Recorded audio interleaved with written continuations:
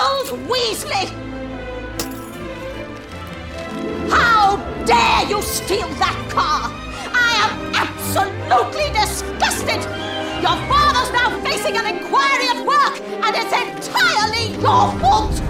If you put another toe out of line, we'll bring you straight home!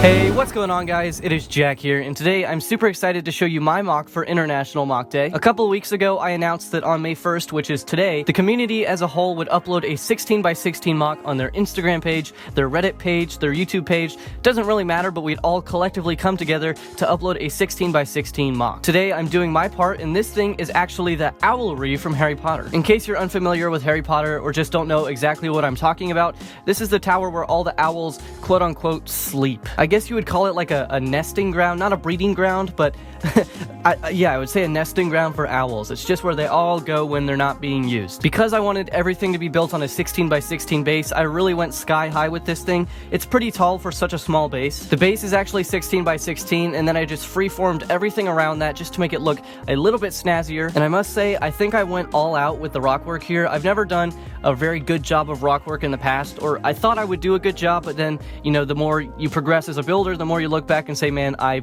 was not that good. So this is actually my first rock work that I'm legitimately proud of. It's using a mixel ball joint technique, so you'll see a bunch of different angles in this rock work. There's so many different pieces facing so many different directions. I love the way it makes it look, and that goes all the way around. You can see on the back, even though there's brickwork, you still have some freeformed rock edges that are acting as sort of a border for the brickwork. And while we're back here, I will go ahead and say that I didn't want to make it too boring, so I made a hole in the brickwork and there's a skeleton there.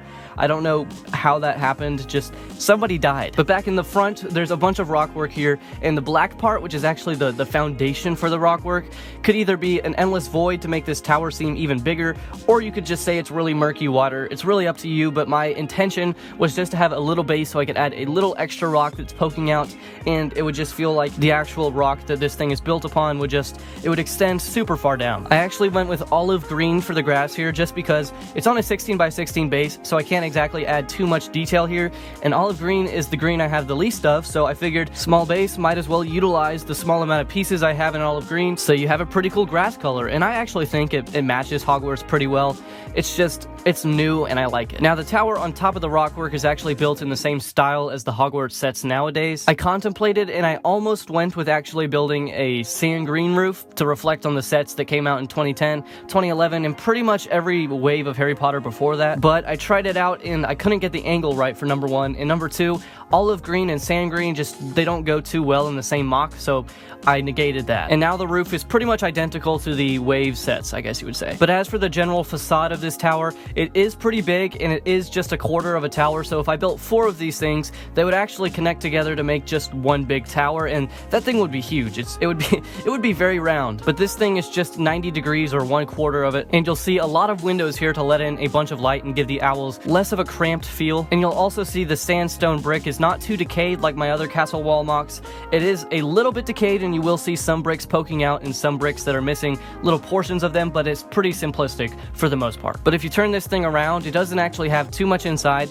You have a few owl perches, of course, some Hogwarts banners. I put Gryffindor and Slytherin because those are the 2 ones you hear about most inside of the books and the movies and all that stuff. One cool thing I think I will mention is that I did include 4 owls here. There's a brown owl outside, there's a couple hedwigs, but they're not hedwigs, they're just snowy owls, and then you have a gray owl. I don't exactly know which one this would be, but this owl is actually misprinted, and it's probably extremely rare because, you know, misprints are pretty rare in general, but this thing came out in 2010 from the Hagrid's Hut set, so it's long gone. And you know, as a kid, I was upset that this thing was misprinted because you want your stuff to look right, you don't want it to be a mess up, but looking back now, I'm glad I held on to this thing because it's valuable and very unique. It's a staple of my LEGO career.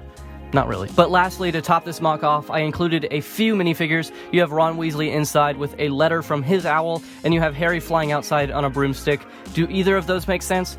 Not really, but I just wanted to add them because it's Harry Potter, man. But that's all I have to say about this mock. I hope you guys enjoyed. If you did, let me know down in the comments below. But as for now, I'm gonna go check out some more mocks from International Mock Day. I hope you guys had fun building them, and I hope you're having a lot of fun seeing what other people made and just seeing a bunch of different mocks today. It's pretty fun for me. I'm pretty excited, but as always, thank you so much for watching, and most importantly, Take care.